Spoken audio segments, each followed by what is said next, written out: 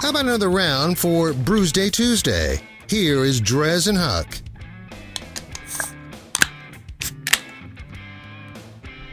Another round sounds good to me.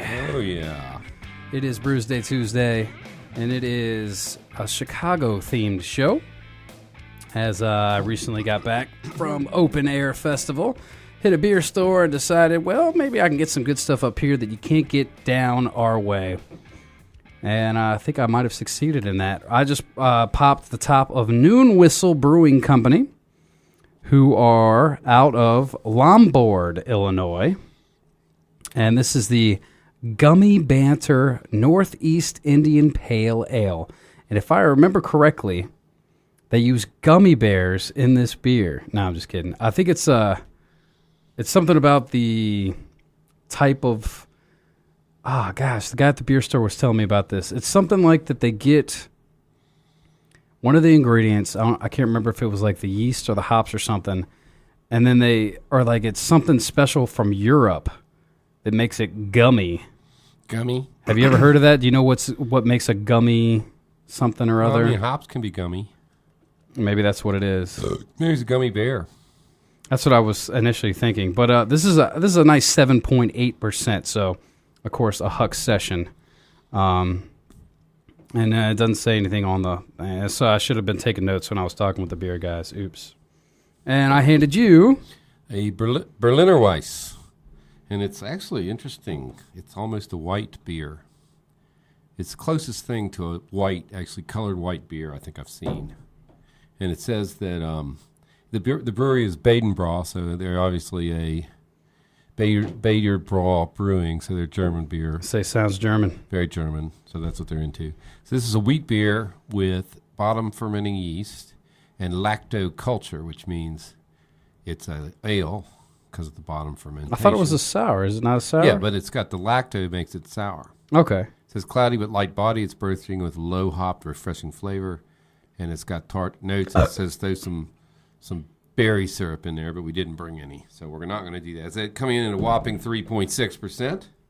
Drink these all day. 3.6? Yeah, all day and all night. So I'm doubling over here. Doubling up, and it's right out of Chicago. So yeah, I think the beers on the next show, like I said, some of them are suburbs, but there are quite a few that are right in Chicago because, well, you know, of course. You were in Chicago.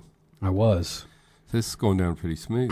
This I one was in is Chicago too. in 2010 for a little concert like you went to, except it was called the Crossroads.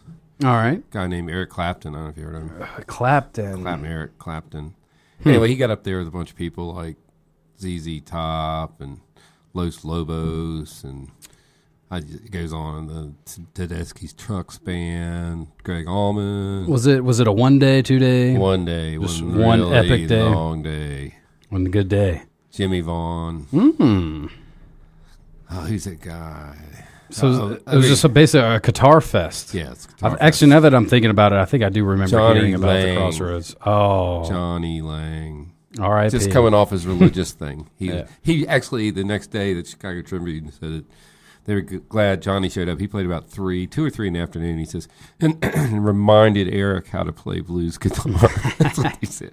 Wow. And it was true. Everybody was kind of, dicking around, not really playing good. And Johnny gets up there in the middle of the sea. He's playing with Eric. And this guy's another blues guy, really laid back guy. I can't remember his name. I'll think of it in a minute. But anyway, they did their jams. And then Johnny walks up front and just let it go. And he was like, just let it go. And the crowd just gets their feet and raising the heck. And then Eric just kind of steps up and starts playing. I can play two. But they didn't do last one should have been in 2016. They did not have it. They did have one in 2013 at New York City at Madison Square Garden for 2 days. Or they try and space them out every 3 years or something? Every 3 years, and I think that was probably it. Too bad. I saw Eric on something the other day, and he's getting up there, and I don't think he's got the skills he had. Yeah, he's getting. I think I saw him like in a wheelchair or something recently. Yeah. He wasn't looking so good. Yeah, that's a shame. Well, my festival was a little bit different in sound. They and put nature. you in a wheelchair, right? Yeah, there were a couple of people that probably ended up in a wheelchair by the end of the weekend, man.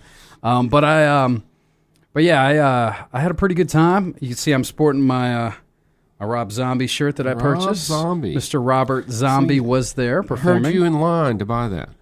Oh, you heard that break. I did hear that break. And so you heard how much this T-shirt cost me. I think you said $40. $40 T-shirt. Yeah, I think you said that. I bought, I think I ended up buying 5 or 6 T-shirts the whole weekend. Ozzy was 40.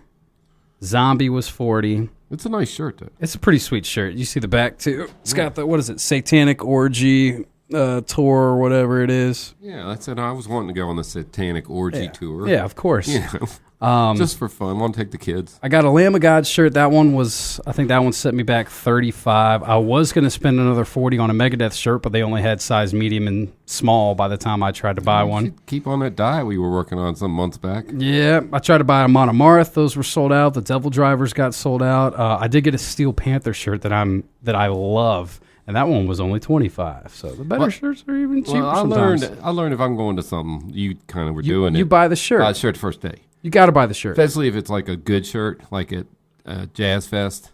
And I didn't, but I was able to find one in my size at the far, far away one that nobody wanted to walk all the way to. Well, I bought the Chicago Open Air, the legit festival shirt, first thing, first day. Yeah, that's the one they'll run out of. Because, well, not only, no, they're running out of the band tees, but because that's one I know it's legit. See, other than that, I've made the mistake of doing that same thing, buying the shirt before watching the band.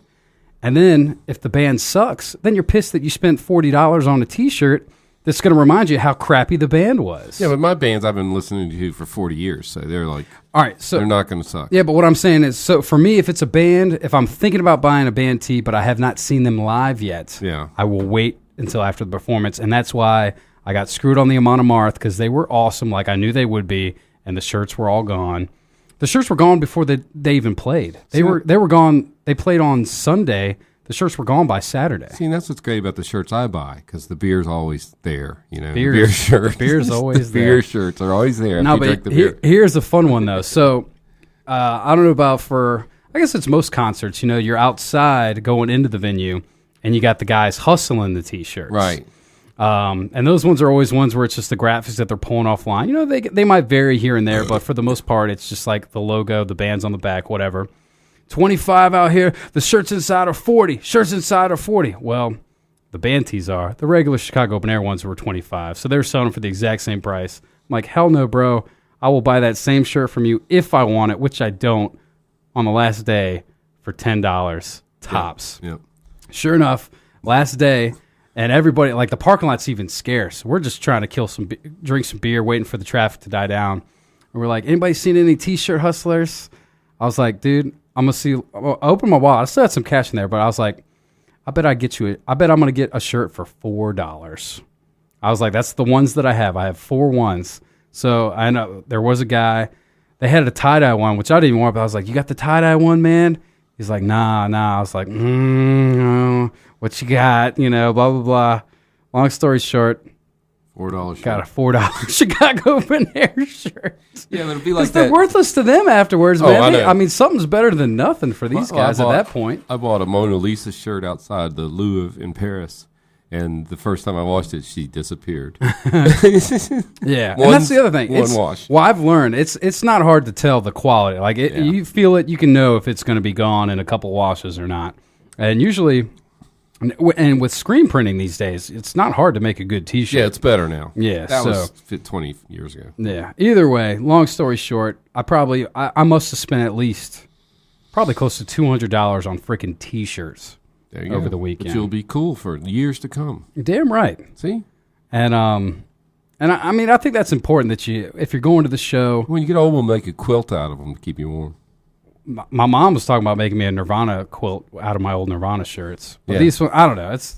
I'm debating on whether to do that. We got some to set up, but Liz or Huck hadn't got around to it yet. Either way, the moral of the story is there's 2 ways to support bands these days, because you're not buying the albums, and they're not making a crap ton of money like they used to from the record companies and whatnot. So you buy the ticket to the show and you buy the T-shirt.